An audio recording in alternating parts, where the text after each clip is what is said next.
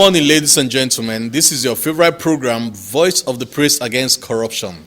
It is a program of the Priest, Peace and Justice Initiative, PPJ, mobilizing Christians against corruption in Nigeria, focusing on the Pentecostal family with strong support from the John D. and Catherine T. MacArthur Foundation. My name is Oche Ocheme, and I'm your host of this program. Last week, we had an explosive session in the studio with one of my favorite guests, where we were able to delve into the issues confronting the world at the moment, the issues of coronavirus. And we gave critical look at some various sectors as it affects us as humans, with the promise to continue this week with my guest.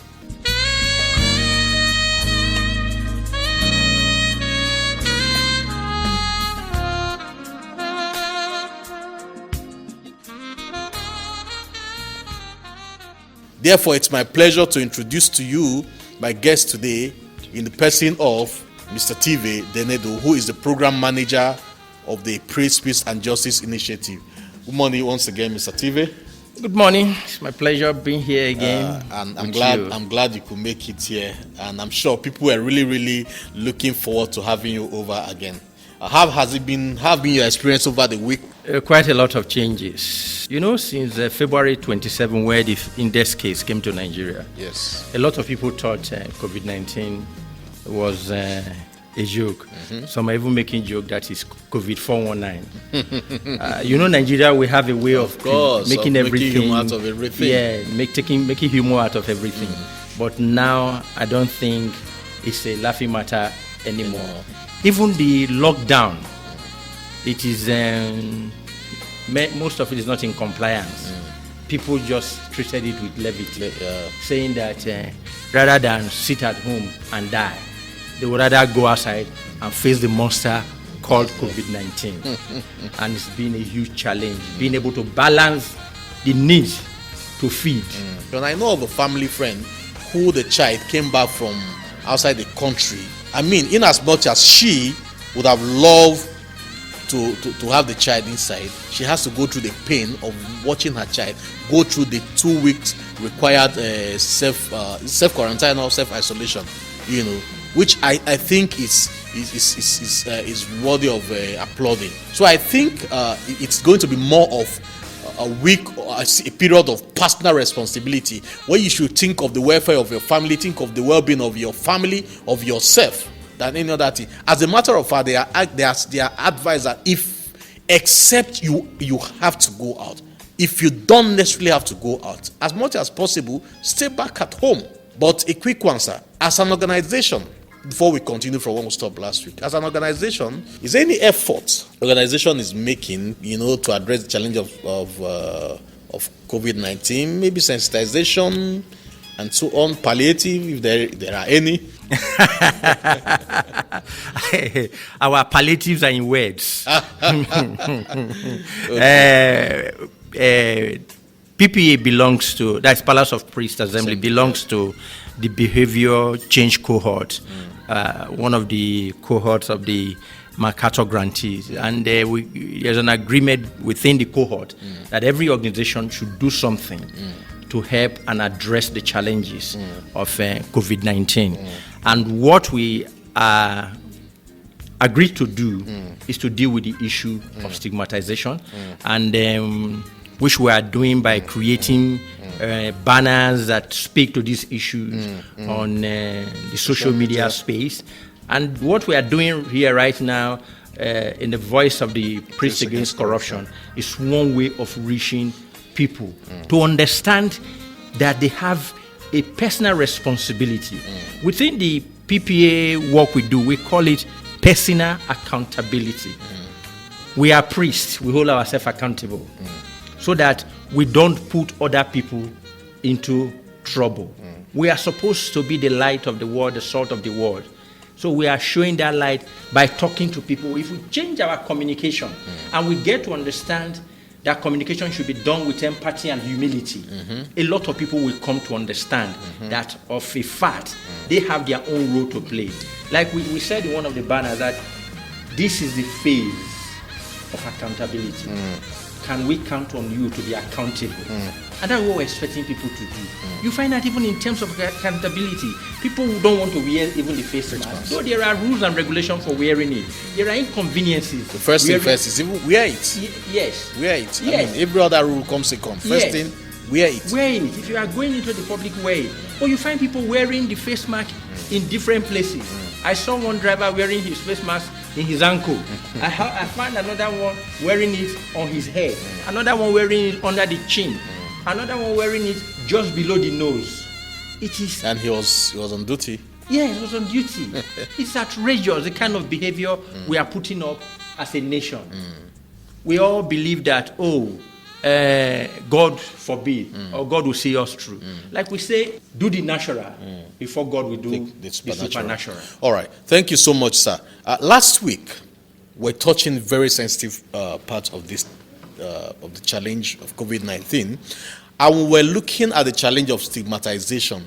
And I posited, or I threw it to you that I want to believe that the reason why there's a high level of stigmatization is also because of the wrong or the negative information put out in the public space. For instance, we were told ab initio that if you sneeze in the public, and so on, if you cough in the public, once you exhibit some of these symptoms, people just labeled you as being coronavirus infected. Don't you think maybe the media or the handlers of information succeeded in doing more harms to promote stigmatization than good? Yeah, I agree with you. But because a lot of people in this country are not capable of independent thinking, that is just the problem. We've had sneezing is a reflex action. Absolutely. That we've had long before COVID-19 landed on this show in February. COVID-19. There are ways to manage how you sneeze in public and the rest of it. So even when somebody wants to sneeze, you have. Let me use myself for an example. If I stay in a room that is too cold or does not have sufficient ventilation, I wake up in the morning sneezing. Yes. So I need to drink a cup of warm water to cover it. So if I am somewhere where I exhibited that personal trait, somebody will just say, it's COVID-19 positive. But that is not true. So a whole lot of wrong information management went into it. Most of the things that are happening now, people are learning as the days goes by. You find out that quite a lot of even the countries where people were dying, they didn't conduct even autopsy on the corpse. They were afraid that once the person died, is able to infect a lot more people. So they just hurriedly go and bury. So there was no post-mortem examination to even look at what is the cause of the death. What is happening? Is it a flu? Is it an influenza? Or is it the way that even China touted it from the beginning? It was when Italy started doing the post-mortem examination, they found out that this is just an influenza. That it causes what they call, I think it's the thrombosis, which has to do with the heart. Yeah. That all the other things that came were as a result of the things that were not managed earlier. There are people that had arthritis that were taking a particular kind of medicine. They didn't have to go through the challenges that a lot of other people went through, and they survived it. So the media had their challenge to do. Government information system was not ready to handle it. They didn't handle it the way it should have been handled. All right. Thank you, sir. So let's hit the nail on the head. How should people relate or react to people who once tested positive to COVID-19 and have recovered? We need to help those people integrate back into society. Okay. People tend to run away from them. And even the NCDC has said that, even WHO too, I believe, but I've read it from the NCDC website that people who have recovered can't infect other people. But if you tell Nigerians that, they won't believe. So the information management has to be intensive and extensive. They need to put a lot more. Let's take the Kano case, for example. Yeah. What they said is that it was a mysterious death that was killing people in Kano. Even in that one too, there was no postmortem. People die, they bury them. We just had that belief that the deaths were as a result of mysterious diseases and illnesses. It is possible that other sicknesses could have, and you know COVID-19 thrives on other existing conditions. So anything could have happened. Yeah. So even those in the front line, in the frontier of dealing with COVID-19 in terms of providing care, should have been able to say, okay, let's sit down. We need to analyze this thing. We need to do postmortem and find out the reason why people are dying at this level. Nothing like that.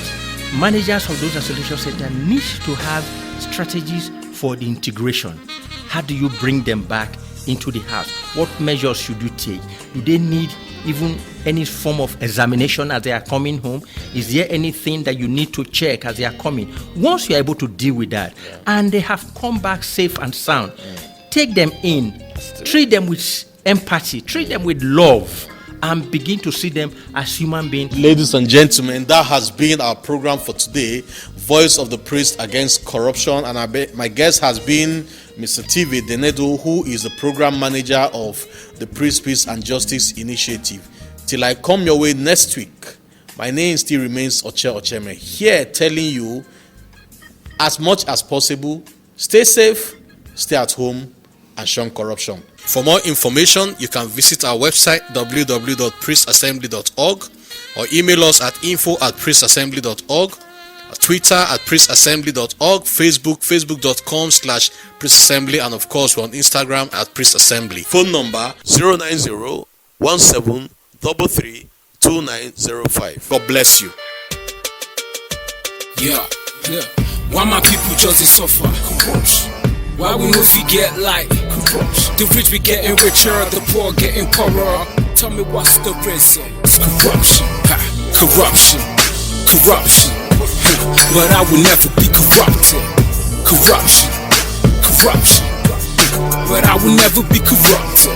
I'm in the building, about to get this colon. Some of these ladies think we're foolish, so I had to do this. To let them know we know what they doing. They promise to bring change when they know they cannot do it. Now this ain't no this song to my leaders. I'm just trying to say they could do much better. They should carry out every beat of the law to the letter. Cause I know this country will not remain the same forever. Never. Don't always expect like this light to can do. Corruption is a machine we need to dismantle.